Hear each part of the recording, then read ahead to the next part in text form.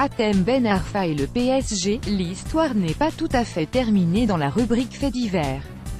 Dans un dossier de 10 pages à paraître mardi, l'hebdomadaire France Football est revenu sur la dernière année du milieu offensif dont le passage au Paris Saint-Germain s'est soldé par un gigantesque échec sportif. Placardisé à Paris, Ben Arfa s'est fait un malin plaisir à provoquer tout ce beau monde. Sa volonté de célébrer l'anniversaire de sa mise à l'écart le 5 avril prochain en emmenant des pizzas dans le vestiaire parisien, en référence à la fameuse scène du restaurant pré-remontada, a fait partie de la longue liste des moments savoureux dont France Football a fait l'écho. Plus utilisé en match officiel par Unai Emery depuis maintenant une année entière, depuis le 5 avril 2017 et le quart de finale de Coupe de France remporté par le PSG face à Avranches 4-0, Ben Arfa a passé sa dernière année de contrat dans un placard. Un placard doré qu'il a lui-même désiré. FF indique que le PSG a tout fait pour indiquer la porte de sortie à son joueur, qui n'a jamais fait partie des plans de son technicien. La première sommation a eu lieu dès le mois de décembre 2016. Rien à faire, l'encombrant Ben Arfa n'en a fait qu'à sa tête. Ses régulières mises à l'écart du groupe professionnel, ses passages en réserve ou l'énorme amende de 100 000 € infligée en décembre dernier après son forfait pour le stage annuel prévu à Doha à cause d'une gastro-entérite, n'ont rien changé à l'affaire. Ben Arfa et le PSG ont joué à faire les fortes têtes, avec les conséquences que l'on connaît. En fin de contrat le 30 juin prochain, l'ancien joueur de l'OL et de l'OGC Nice a d'ailleurs indiqué qu'il quitterait bien la capitale l'été prochain.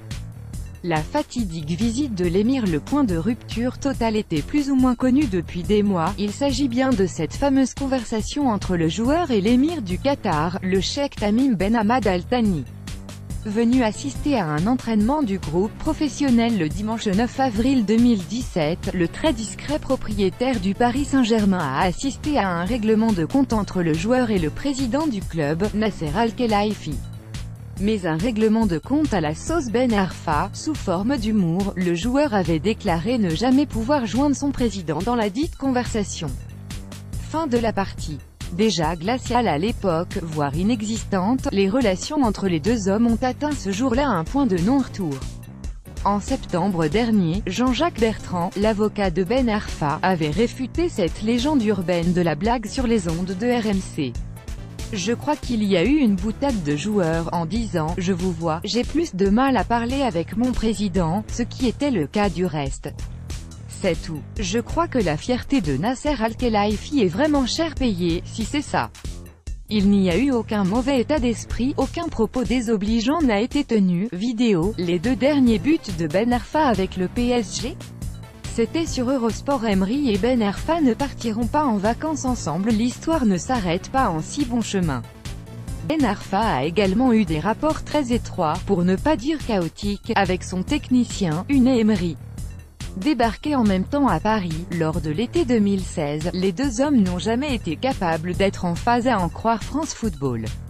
Dialogue un peu trop franc, des décisions fortes prises par le technicien, comme celle d'utiliser le joueur en attaque lors de la pré-saison 2016-2017, puis de le mettre de côté. Ben Arfa et Emery ont donc passé leur temps à se repousser.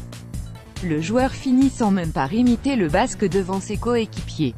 FF raconte que le joueur formé à l'OL a même eu le toupet de balancer à la figure de son coach qu'il ne passerait jamais les 8e de finale de la Ligue des Champions. C'était quelques semaines après la déroute subie au Camp Nou, une saillie que l'on qualifierait presque de prémonitoire aujourd'hui. Très apprécié dans le vestiaire, Ben Arfa a reçu l'appui du vestiaire parisien à de nombreuses reprises. Au point même que Dani Alves est sommé un jour Antero Henrique, le directeur sportif du club, et Maxwell, reconverti coordinateur sportif, de réintégrer le joueur dans le groupe professionnel. Mais rien à faire, Ben Arfa et le PSG vont se quitter fâchés. À jamais. Vidéo, Ben Arfa ne ferme pas la porte à Lyon mais n'ira ni à Nice ni en Turquie.